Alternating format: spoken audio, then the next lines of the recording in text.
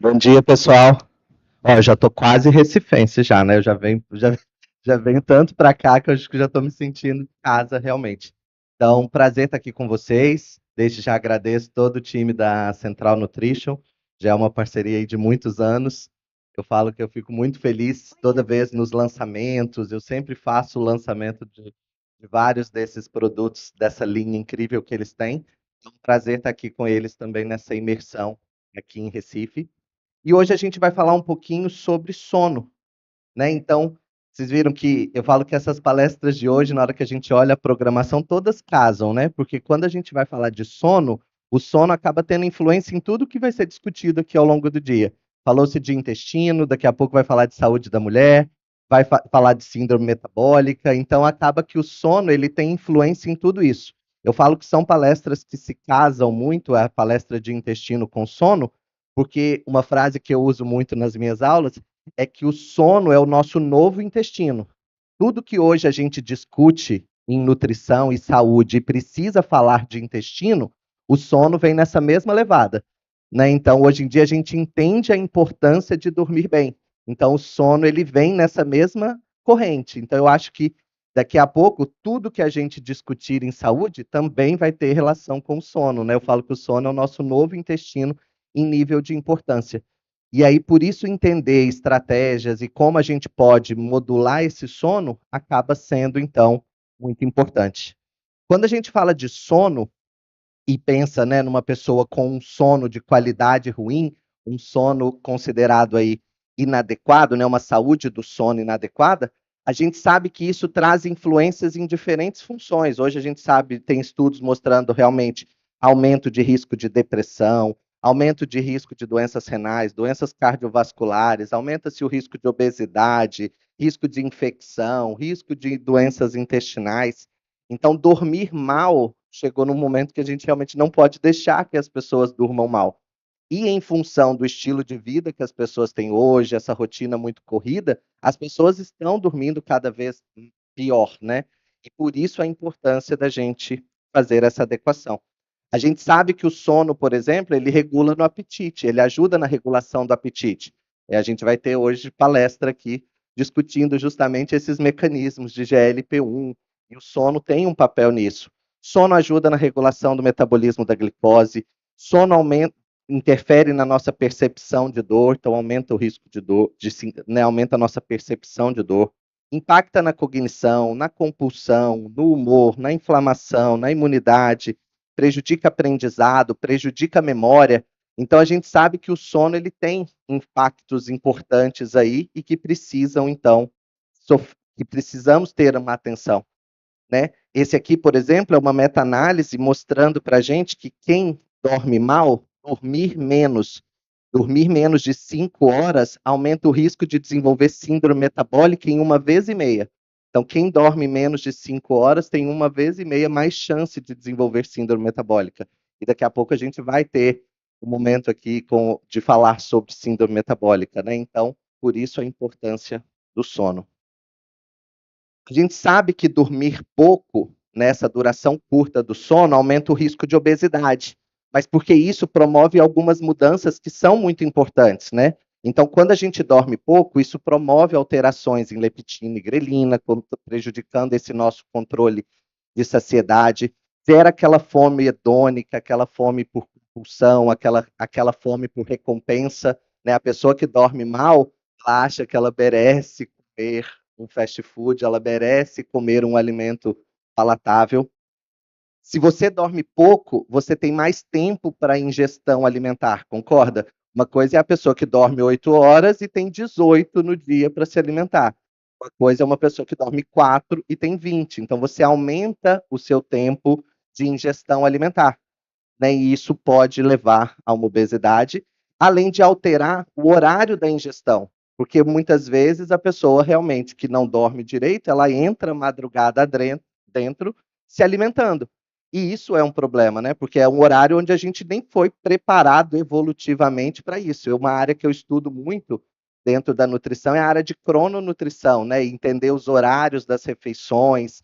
E hoje, quando as pessoas dormem mal, a gente percebe essas pessoas comendo em horários que talvez não sejam interessantes para o nosso metabolismo, se a gente for pensar em característica evolutiva, né? São milhares de anos se alimentando apenas durante o dia, para só desde que veio energia elétrica, hoje as pessoas vão madrugada adentro comendo, né? Porque não dorme, tá lá 1 da manhã fazendo refeição ainda, coisas que a gente não foi preparado para isso. E isso tudo gera um ambiente que favorece o aumento de obesidade. Por isso, a gente talvez precisa se atentar cada vez mais a isso.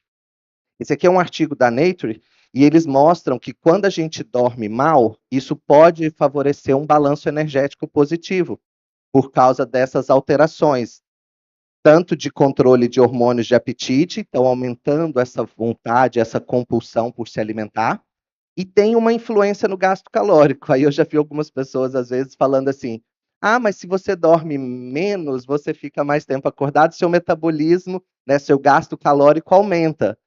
Porque quando a gente está em repouso, o gasto é um pouco menor. Só que isso não gera, ainda assim, um efeito satisfatório, porque eles mostram aqui ó, que dormir pouco aumenta, em média, 100 calorias no seu gasto energético total. Porém, o fato de você ficar acordado e comer mais aumenta 250 calorias na ingestão. Então, vai sempre gerando um balanço positivo que favorece, então, esse desenvolvimento de obesidade. Aqui, só para comprovar isso, que realmente dormir pouco é um problema, meta-análise, agora de 2024, mostrando que realmente dormir pouco aumenta o risco de obesidade central, aquele acúmulo de gordura visceral, aquela gordura na região abdominal, que a gente sabe que é mais associado com doenças cardiovasculares, e aí por isso essa importância. A duração longa, as meta-análises ainda não conseguem provar, embora a gente tenha estudos isolados que às vezes mostrem que também dormir demais pode trazer algumas consequências, mas para esse risco de obesidade, o dormir pouco, a gente sabe realmente que é um problema. Márcio, beleza, então dormir pouco é ruim, quanto que eu devo dormir? Esse aqui é um dos últimos consensos, né, que a gente tem das sociedades aí que pesquisam sono. Então esse aqui é um posicionamento lá da Sociedade da Academia Americana de Medicina do Sono. Então, eles dizem o seguinte, que adultos devem dormir 7 ou mais horas por noite em uma base regular, para que a gente tenha, então, uma promoção de saúde. Dormir menos de 7 horas por noite pode favorecer ganho de peso, obesidade, diabetes, hipertensão, doenças cardiovasculares, AVC, depressão, aumentar o risco de morte. Também é associado com prejuízo na função imunológica, aumento de dor, prejuízo na performance, aumento de erros e maior risco de acidentes. Só. Né? Então, realmente não dá para dormir pouco. Realmente, a gente precisa tentar se atentar mais para essas características do sono. E as pessoas estão dormindo cada vez menos, porque as pessoas estão precisando encaixar. E nem estou dizendo que isso é errado, porque hoje em dia as pessoas acordam 4 da manhã para poder fazer exercício às 5, porque às vezes é o único horário que ela consegue fazer. E fazer o exercício é muito importante para o sono. Mas talvez eu preciso me atentar a essa duração do sono. Então, essa pessoa que acorda mais cedo, ela também precisa dormir mais cedo. Só que muitas pessoas não fazem isso, né? Elas continuam mantendo sua rotina acelerada de trabalho e dormindo cada vez menos. E aí a gente começa a perceber esse aumento de obesidade, esse aumento de doenças cardiovasculares, cada vez mais presente na população. E isso pode ter influência do tanto que essas pessoas dormem. E não é só quantidade, tá? Porque essa duração do sono é importante, mas a gente fala que duração do sono, ela é um parâmetro dentro do que a gente chama de qualidade do sono. Então, hoje em dia, a gente precisa talvez fazer uma avaliação melhor da qualidade do sono e não só da duração. Então, não dá para, numa anamnese com os nossos pacientes, a gente simplesmente só perguntar: você dorme bem? Quantas horas por noite? Não dá, capriche mais nas perguntas que a gente faz durante as consultas. Então, você precisa saber como é o ambiente onde ele dorme, se tem alguma disfunção, como que é o dia dessa pessoa. Eu falo que a gente começa a preparar para dormir a partir do momento que a gente acorda. Então, entender como essa rotina desse paciente vai ajudar que a gente tenha aí entenda melhor essa qualidade do sono. E quando o indivíduo não tem um sono de qualidade boa, isso aumenta a fadiga, irritabilidade, exaustão, disfunções ao longo do dia, nossas respostas ficam prejudicadas, aumenta o risco de acidentes. por causa de um sono de qualidade ruim. Então, por isso é importante a gente fazer uma avaliação da qualidade. E hoje isso é tão simples na prática da gente fazer, porque assim, o método padrão ouro é a polissonografia. Seria ótimo se os pacientes todos pudessem fazer. Mas a gente sabe que isso não é comum na rotina clínica. Então, a gente pode usar, hoje em dia tem questionários validados, usados no mundo todo. O mais famoso é aquele índice de qualidade do sono de Pittsburgh, que é um questionário simples, 19 perguntinhas que o paciente faz, você calcula ali a pontuação e te dá se ele tem uma qualidade ou não boa desse sono. Então, às vezes, é um parâmetro que a gente pode também incluir nas nossas avaliações para a gente conseguir trazer e avaliar como é a qualidade do sono. Porque as pessoas têm um sono de qualidade ruim. Olha só, esse aqui é um estudo feito com 2.635 adultos brasileiros para avaliar a qualidade do sono na população brasileira em geral. E aí eles viram que 65,5% foram classificados como maus dormidores, né? Acho que o pessoal de trás ficou branco ali, ficou mais difícil de ver. Mas 65,5% dos adultos brasileiros foram classificados como maus dormidores, sono de qualidade ruim. Aplicaram esse questionário que eu falei de Pittsburgh. Ele é um questionário que você gera uma pontuação, um score global. Valor acima de 5, má qualidade do sono. Abaixo de 5, sono de qualidade boa. Então, 65% das pessoas com sono de qualidade ruim. E aí, tem algumas características que favorecem esse sono de qualidade ruim. O fato de ser jovem já aumenta esse risco, que a gente sabe que aí é muita vida social, né? Muita tela, muita televisão, vídeos, e fica às vezes até tarde. Mulher, só o fato de ser mulher já é associado com qualidade do sono ruim. Então a gente sabe que realmente a mulher ela tem mudanças nesse padrão de sono ao longo de toda a sua vida, e as mudanças hormonais influenciam muito nessa qualidade do sono. Ter um parceiro dormindo ali no quarto, eles até põem, eles não discutem só casais, não, porque às vezes até irmãos que dormem no mesmo quarto, isso pode levar a um prejuízo da qualidade do sono do outro, né? Você dividir o quarto, isso impacta na qualidade do sono. Autorrelato de insônia e uso de smartphone são os principais preditores da qualidade do sono ruim. Então, olha só, tem várias características que favorecem essa qualidade do sono ruim.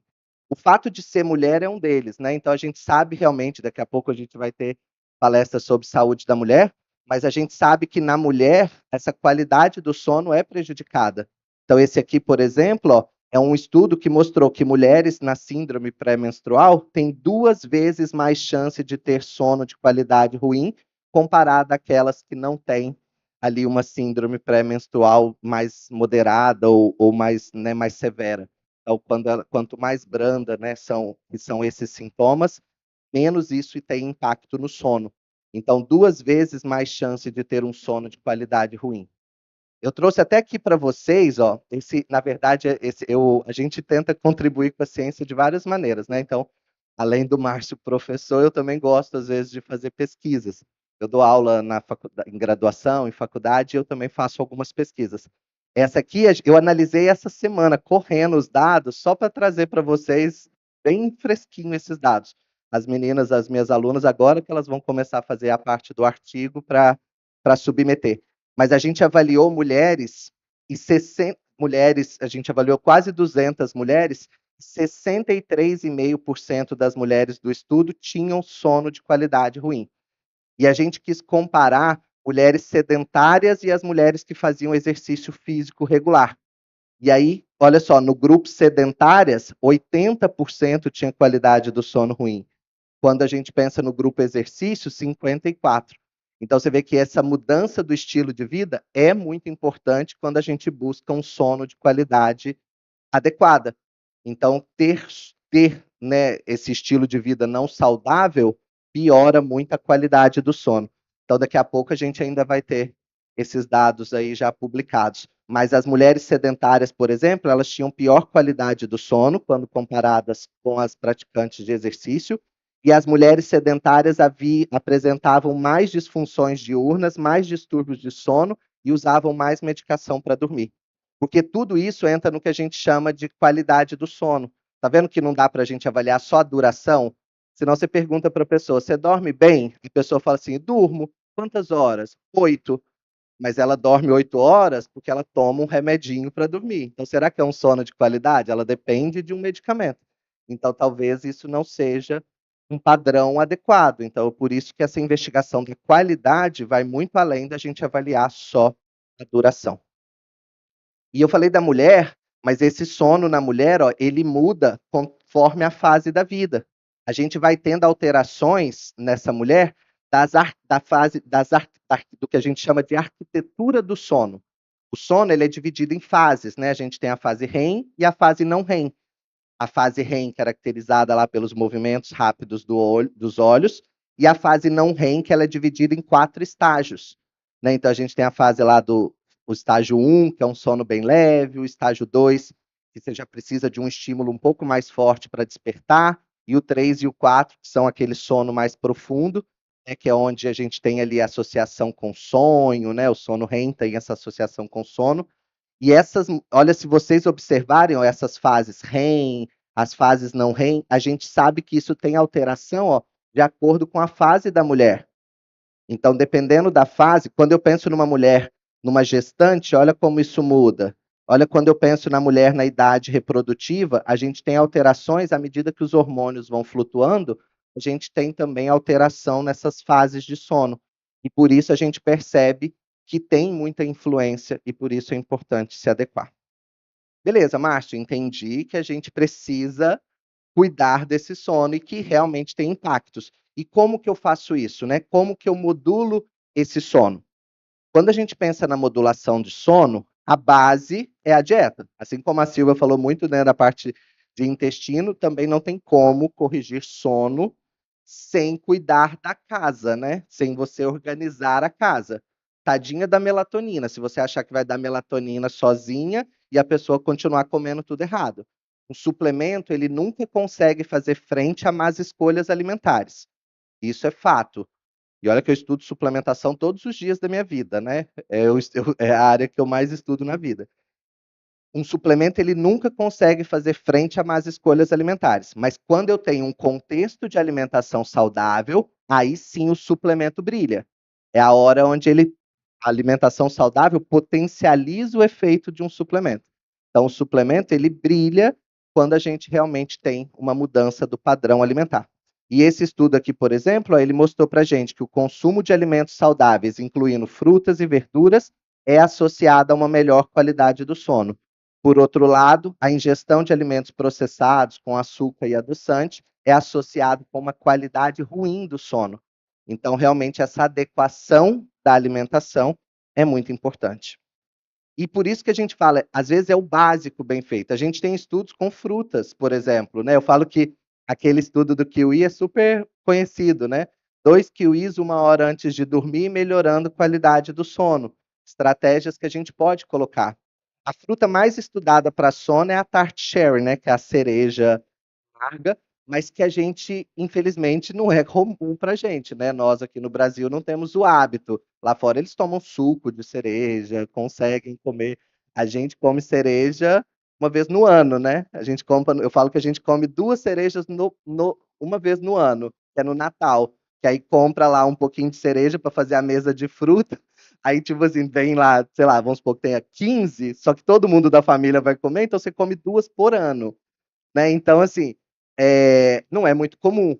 Mas a gente até pode usar, a gente tem suplementos, né, a partir da cereja, que também pode ser uma forma de usar isso para gente que não tem a rotina da alimentação. Mas um kiwi é fácil, mas entenda que não é só essas frutas que são as específicas, essas são mais estudadas. Mas o importante é a gente ter a alimentação saudável, é o consumo de frutas e verduras em geral. Eu trouxe até aqui para vocês ó, esse estudo. Esse estudo ele foi feito com 21 mil universitários de 28 países. Então, é um estudo bem grande, multicêntrico, e eles viram que o consumo inadequado de frutas e vegetais é associado com uma duração curta do sono. Então, realmente, quem não consome frutas e verduras e vegetais de forma adequada tem uma duração menor do sono.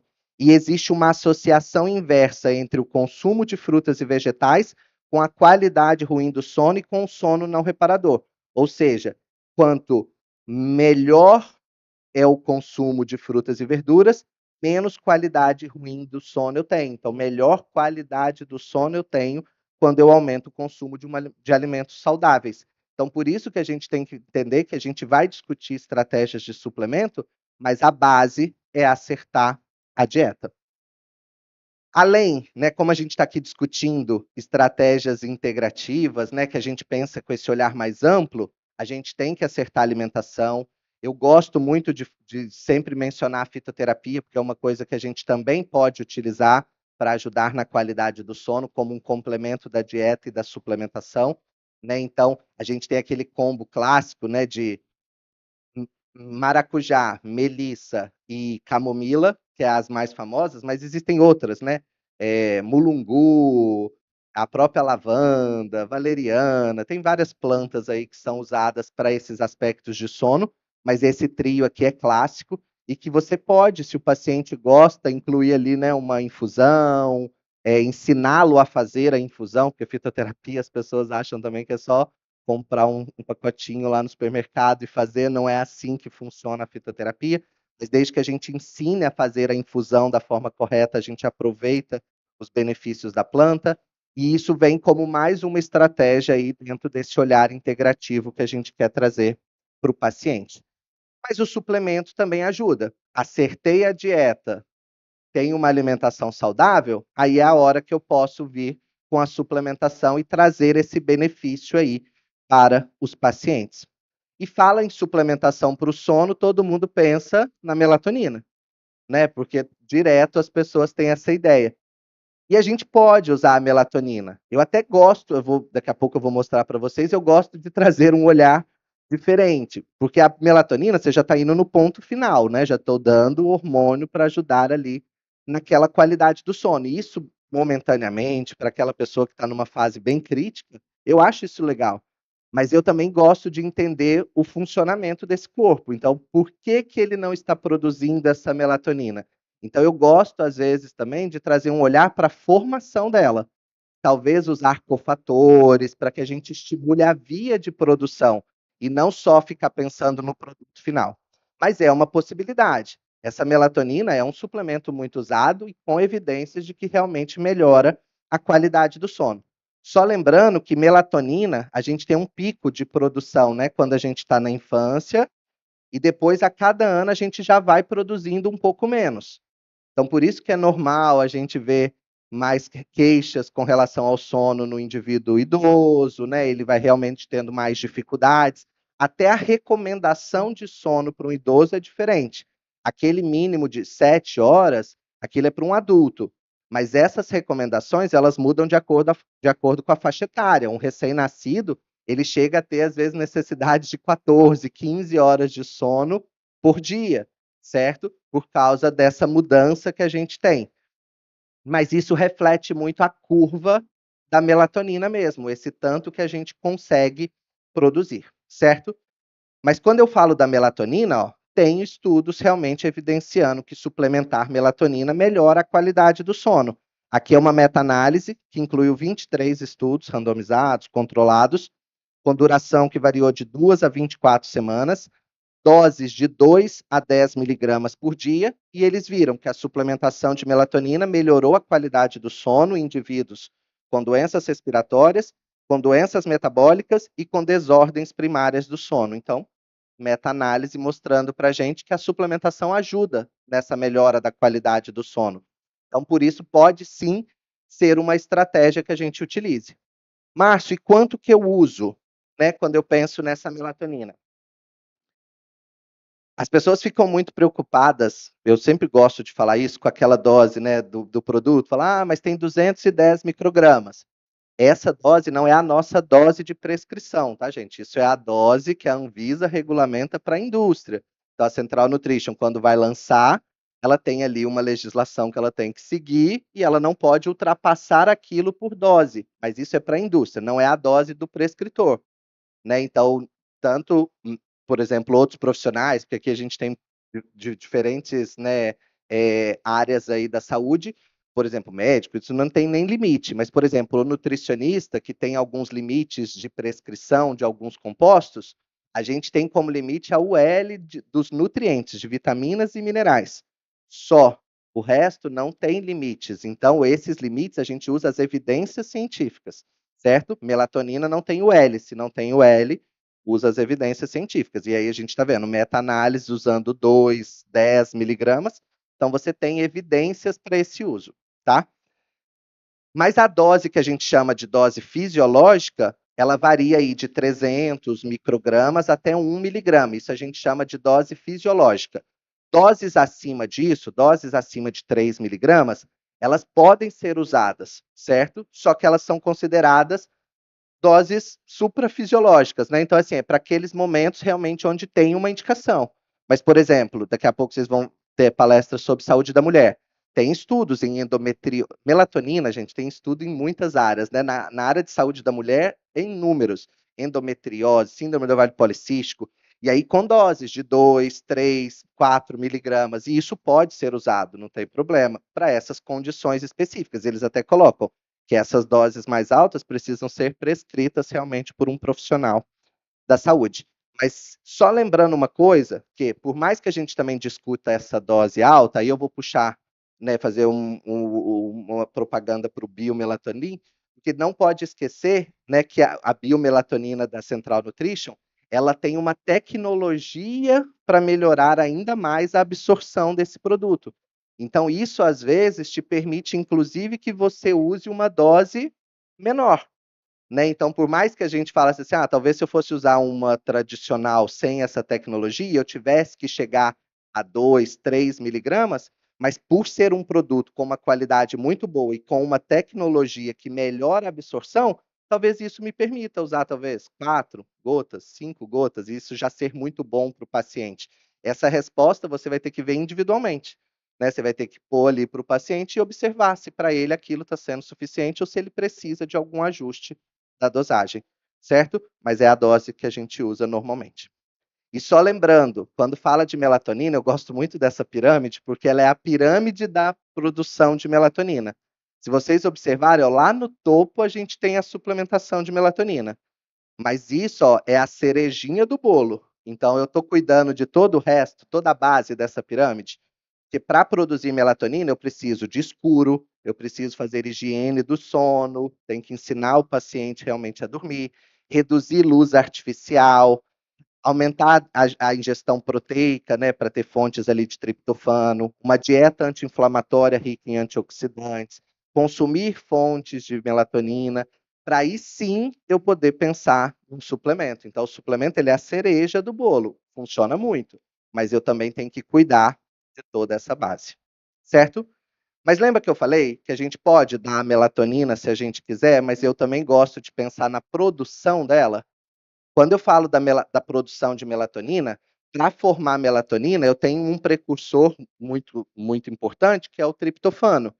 Esse triptofano vira 5-hidroxitriptofano, que é o 5-HTP, que vira serotonina, que vira N-acetilserotonina e que vira melatonina.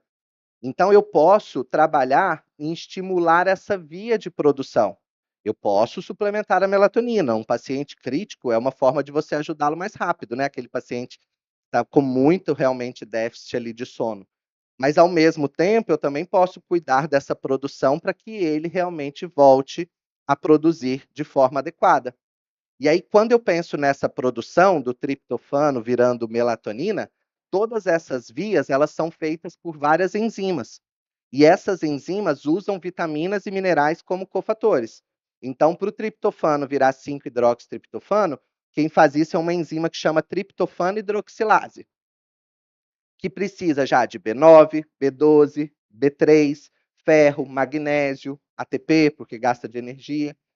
Para 5-HTP virar serotonina, a enzima depende exclusivamente de B6. Olha a importância da B6 aqui na formação da serotonina e na sequência da melatonina. A serotonina, para virar N-acetilserotonina, precisa do NAC, da N-acetilcisteína, e aí sim eu formo a melatonina. Então, eu posso usar a melatonina, mas eu posso estimular a via. Eu posso trabalhar com um precursor, colocar um triptofano, junto com esses outros nutrientes, para que eu estimule a produção, então, dessa melatonina. E isso pode ser muito interessante. Triptofano, a gente já tem estudos mostrando o efeito do triptofano no sono, com doses já a partir de 60 a 70 miligramas. Claro que a gente sabe que tem mais estudos com doses altas, mas já com 70 miligramas você já consegue já ter efeito. Claro que então isso vai variar de paciente para paciente, mas doses ali de 60 a 70 miligramas, podendo chegar até 500 miligramas ali, é uma dose boa pensando no sono. E aí a gente tem, inclusive, meta-análises mostrando que suplementação de triptofano contribui para a qualidade do sono, principalmente encurtando o acordar, né, um dos pontos da qualidade do sono, gente, é você avaliar o momento que aquela pessoa que desperta antes do horário, então a gente avalia a latência, a eficiência do sono, né? O tempo que você demora para pegar no sono.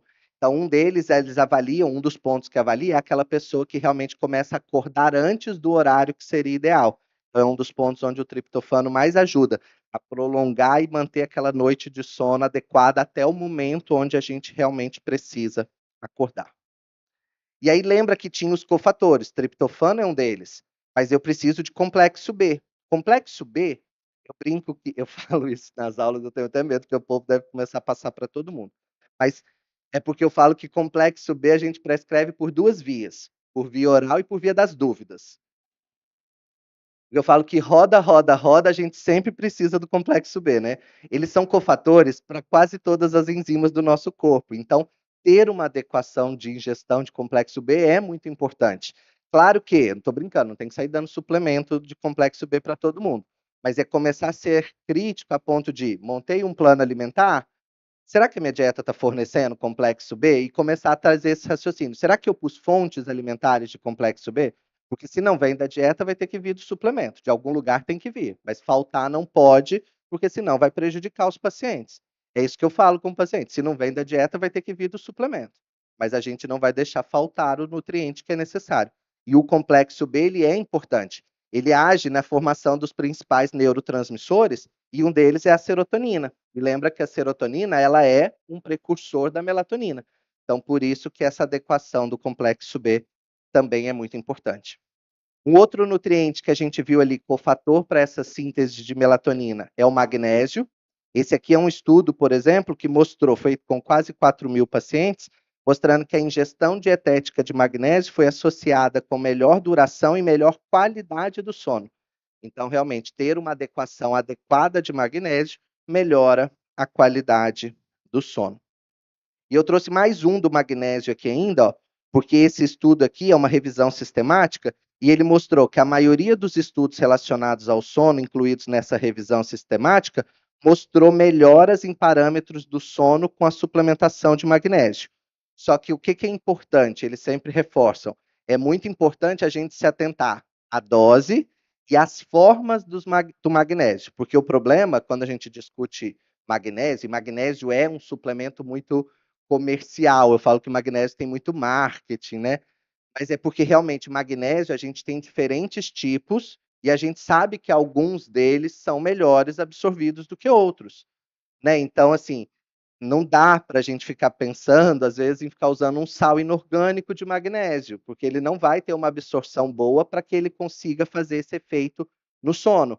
Aí, de novo, volta aqui para o produto da Central Nutrition, eles pegam o 3 Meg aqui, ele tem 3 dos que são excelentes, né? A gente brinca que magnésio a gente tem 4 tipos muito bons, e no produto já tem 3, porque eles têm o dimalato, o bisglicinato e o taurato, né? Então, você vê que já vem 3 muito bons dentro de um produto só. Então, e isso não sou só o Márcio falando, tá? É uma revisão sistemática mostrando que a forma química desse magnésio faz diferença para que tenha, então, esse efeito no sono.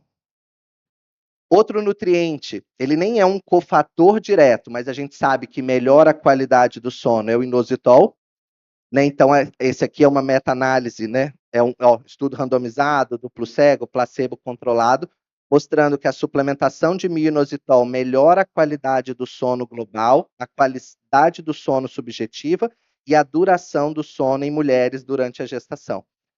Estudo em gestação, porque a gente sabe que na gestante inositol é um nutriente muito usado, porque ele também, como um dos papéis do inositol é controlar, ajudar no controle glicêmico, então ele é muito estudado em diabetes gestacional. E aí ele é muito estudado em diabetes gestacional. Mas a gente sabe que queixas do sono também são muito comuns em gestante. Lembra que eu falei que em todas as fases da mulher a gente tem muito estudo de sono? A gestação é uma fase muito crítica. Quando está no terceiro trimestre, por exemplo, é aquele momento finalzinho da gestação, a mulher não dá dó no consultório quando elas conversam com a gente, né? Quem aí já foi gestante sabe ela fala assim: eu não consigo dormir, eu não consigo posição, Márcia, eu preciso tentar dormir, de dormir sentada. Olha que dó, né? Tipo assim, mas é porque não acha jeito para a barriga. E são queixas muito comuns. E aí tentar cuidar dessa qualidade do sono. Então, por isso que o inositol acaba sendo muito estudado em gestante, por causa desse efeito dele no controle glicêmico e no diabetes gestacional. Mas ele também ajuda na qualidade do sono. E é um nutriente muito interessante aqui para esse sono. Doses a partir já de 1 grama de inositol já ajudam nessa qualidade do sono, né? A gente põe de 1 a 2 gramas como a dose ideal pensando no inositol. Então, tá vendo? Eu posso cuidar daquela formação da melatonina, garantindo, então, todos esses cofatores, desde o triptofano até os outros nutrientes, para ajudar na formação da melatonina. Só que, tão importante quanto você formar dar os nutrientes para formar a melatonina, é você também controlar pontos que podem prejudicar a formação. Porque, por exemplo, às vezes a pessoa pode não estar formando melatonina porque ela está inflamada, porque ela está estressada. A gente sabe que durante crises de estresse o sono fica péssimo, porque realmente impacta muito. Então, fazer essa modulação do estresse também é importante. E aí eu até trouxe um outro nutriente que ajuda muito aqui nesse efeito, que é a L-teanina. Então aqui, ó, a gente tem também uma revisão sistemática mostrando que a suplementação de L-teanina contribui para a redução de estresse e ansiedade em pessoas aí expostas a condições mais estressantes. Então a gente vê que a L-teanina tem esse papel na modulação do estresse. Então ela também pode fazer parte aí nesse aspecto do sono, porque lembra, melatonina e cortisol, eles são antagônicos, né? Quando a melatonina sobe, o cortisol abaixa. Quando o cortisol abaixa, é que a melatonina sobe. Eu preciso desse equilíbrio. E por isso que quando a pessoa está estressada e ela desregula esse efeito do cortisol, a gente acaba tendo impacto na qualidade do sono. E a L-teanina ajuda a modular esse processo. E esse outro estudo aqui, ó, com a L-teanina, mostrando que a L-teanina pode melhorar o sono, principalmente reduzindo sonolência ao acordar, promovendo um sono mais reparador e melhorando a duração do sono. Os pontos onde, dentro da qualidade do sono, onde eles viram mais efeito para L-teanina, certo? Então, além do estresse que ela ajuda a controlar, ela também melhora parâmetros da qualidade do sono. Um outro também que a gente usa para esse controle de estresse, por exemplo, é a taurina, mas que também tem estudos na qualidade do sono. Ó. Esse estudo aqui foi feito com indivíduos, mulheres obesas, e eles viram que a obesidade ela está associada com a baixa qualidade do sono. Se a gente viu lá atrás, sabe que realmente a obesidade é um ciclo vicioso, né? Quanto mais obeso, pior fica a qualidade do sono, quanto pior a qualidade do sono, mais risco de obesidade. Mas a ingestão de taurina, ela melhorou a qualidade do sono também nessas pessoas. Então é mais um ponto para tentar ajudar nessa qualidade do sono. E aí eu falo que quando a gente vai fazer suplementação, a gente tem que é um quebra-cabeça, né? A gente pode ir fazendo associações. Então eu posso, por exemplo, fazer pensando naquela via, se eu der um triptofano, por exemplo, junto com um complexo B, com o magnésio, eu estou estimulando essa produção, certo? Consigo fazer produção de melatonina, além de poder dar a melatonina direto. E quando a gente pensa que a gente tem um produto que às vezes já vem com tudo isso, fica melhor ainda, né? Então acho que todos vocês ganharam aí, não foi? É isso, né? Fiquei sabendo. Falei, olha, eu vou falar do produto e eles vão, todo mundo ganhou aí na, na bolsinha de vocês aí um Slips. Quem está em casa não ganhou, mas pode. Aproveita o merchan, aproveite o QR Code e faça e use seu desconto.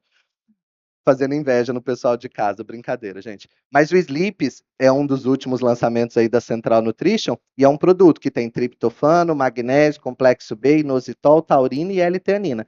Tá vendo? Tudo isso que a gente conversou aqui, vendo as evidências de aplicação desses nutrientes, a gente tem isso dentro de um produto. E que faz muito agora, né? Hoje lá, quando eu fiz uma masterclass lá atrás de sono para a Central Nutrition, a gente ainda era bem lançamento, a gente ainda não tinha os efeitos na prática, né? Hoje a gente já consegue ver os pacientes relatando os benefícios de usar um produto. Então, é um produto que realmente bem legal aqui para a gente utilizar. Estou caminhando já para o meu final aqui. Um outro nutriente para o sono que a gente também não pode esquecer é a vitamina D. Vitamina D e melatonina, eles brincam, ó, que a melatonina ela é o nosso sensor biológico do escuro e a vitamina D do claro, né? Porque é associada à sua produção, à luz solar. Mas elas acabam tendo funções muito semelhantes e por isso que alguns autores discutem que a melatonina seria a nossa próxima aí vitamina D, por ações hormonais, ações imunológicas, antioxidantes. E para o sono é muito importante, ó. Meta-análise mostrando que deficiência de vitamina D aumenta o risco de desordens do sono, e essa deficiência foi associada com qualidade ruim do sono, duração curta do sono e sonolência ao longo do dia. Então, tá vendo que realmente não dá para os pacientes estarem deficientes? Então, eu preciso avaliar essa vitamina D e não deixar ter deficiência. A gente sabe que regiões do nosso cérebro que estão associadas com a regulação do sono é um local onde eu expresso muito receptor de vitamina D. Então, por isso que se entende que a vitamina D também tem um papel nessas regiões reguladoras do sono, e por isso não é interessante ficar deficiente. E um outro nutriente que também para o sono é interessante é o ômega 3. A Silvia mencionou o papel dele na saúde intestinal, mas a gente tem, por exemplo, ó, estudos mostrando que níveis de ômega 3 foram associados com duração saudável do sono. Adultos com sono de duração curta normalmente têm níveis mais baixos de ômega 3. Então, por isso, fazer essa adequação desse suplemento, que eu acho que já é quase que rotina, né? A maioria das pessoas acaba não tendo a ingestão adequada, e é aquilo que eu falei, não vem da dieta, tem que vir do suplemento. Então, se não consegue via alimentação, não pode deixar faltar, certo? E aí, só para fechar, eu falei assim, a gente fala de vários nutrientes, vários suplementos isolados, mas a gente pode pensar assim, mas como que eu faço isso na prática, né? Como que eu trago isso combinando esses suplementos? Aí eu trouxe aqui 2 modelos de como a gente pode fazer combinações para o sono, para mostrar como a gente pode utilizar. Então, por exemplo, ó, eu posso dar uma melatonina, se eu quiser, junto com... Eu gosto muito do Restauro, que aí vem a vitamina D e vem as outras lipossolúveis, com o magnésio. Eu posso fazer uma combinação de suplementos, né, pensando ali em trazer esse efeito para a qualidade do sono. Ou então, ó, trouxe um outro exemplo. Posso usar um Sleeps, por exemplo, que já vai ter aqueles cofatores todos para estimular a produção, mas eu ponho ainda um ômega 3 e uma vitamina D. São todos nutrientes que a gente conversou aqui que são importantes para essa qualidade do sono. E isso pode ser interessante, certo? Claro, só que não adianta fazer isso aqui se eu não cuidar da base. Então, eu também preciso de uma dieta saudável, exercício físico regular, menos estresse e fazer higiene do sono. Porque aí, se eu cuidar de tudo isso, aí sim eu vou ter um sono com qualidade e vou trazer, então, os benefícios dessa área que é tão importante e esse cuidado com o sono que a gente tanto discute hoje em dia, certo? Então, é isso. Muito obrigado aí a todos pela atenção.